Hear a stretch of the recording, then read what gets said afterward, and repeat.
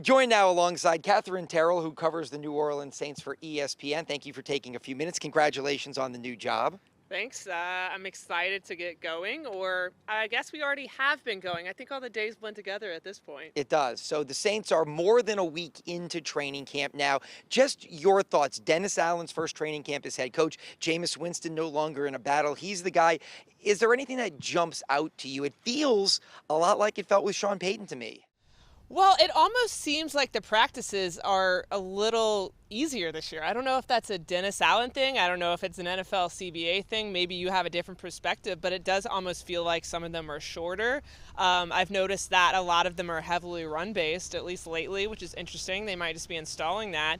But I think one of the themes of practice is what we're not talking about, and that's Jameis Winston's knee. A player mentioned it earlier today when we were talking to him in interviews, and I kind of agree, and I think that's a good thing. No one's looking at his knee. No one's saying, is he limping? So I think for Winston, that's a very good sign. Yeah, I agree. We were talking about his limp, his knee, will he be ready? That dominated the offseason during OTAs in minicamp. I think the breakout star thus far, it's fair to say, has been Paulson Adebo. Every single day, it seems like he makes a play, and I go, again, he's had no bad days. In fact, he's had nothing but excellent days.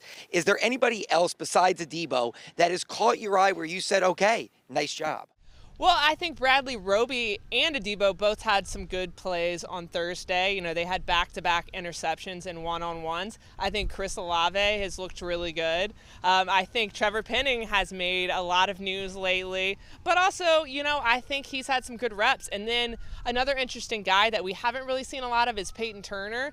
He missed 2 days of practice, and then I thought once he jumped back in, he had some nice plays, including a batted down pass at the line of scrimmage off Ian Book.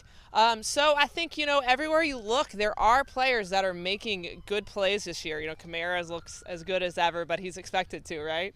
Ruiz is a guy, Cesar Ruiz is a guy we talked about. Even if you don't see it so much in the trenches, unless you're really, really focusing on that, he's gotten a lot of praise from coaches and teammates, correct?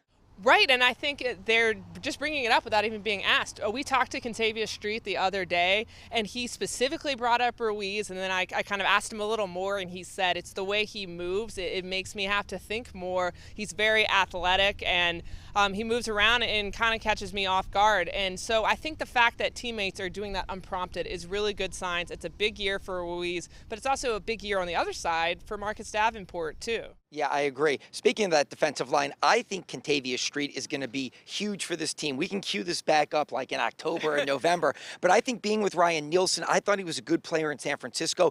I think when he does interviews, he's great. I just really like Contavious Street. I don't think we're talking about him right now. I think we're going to talk a lot more about him during the regular season.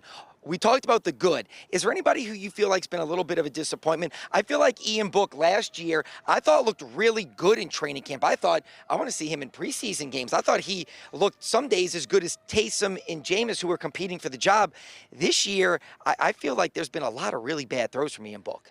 I think you're right, but I don't really think we necessarily expected him to be the star quarterback of training camp, and yet you want to see him take a step in year 2, and he doesn't appear to have taken that step yet. Now, it is early, but you are right. There are a lot of bad throws, especially some more of the deep attempts. I feel like he does a lot of shorter passes, and as I said, he had an interception in one-on-ones to Bradley Roby.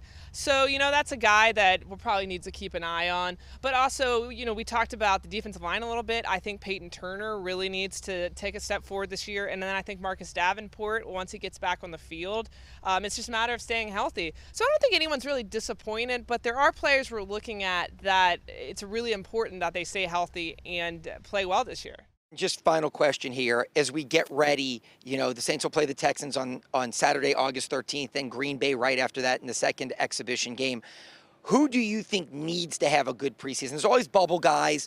I mean, I could throw some names out there, but I'm curious as to who you think needs to show something in the preseason to make this team. Okay, well, we talked about a few players. I think Kirk Merritt is one that we haven't talked about a lot, and it's going to be hard for him to make the team because actually they have a great wide receiver room. It was a problem they did not have last year.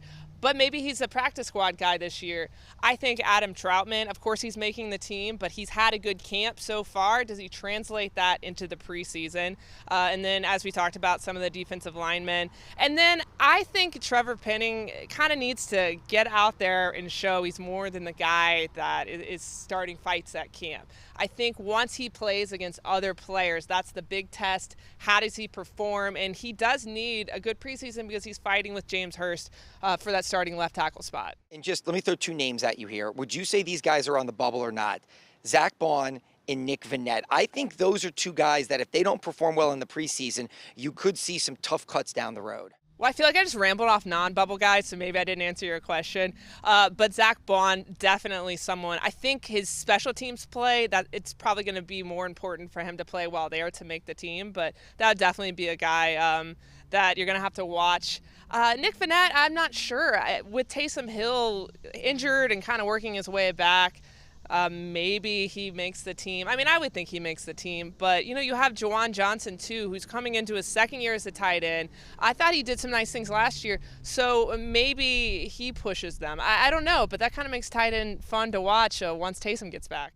Great insight as always. Thank you very much. She is Catherine Terrell with ESPN. Back to you.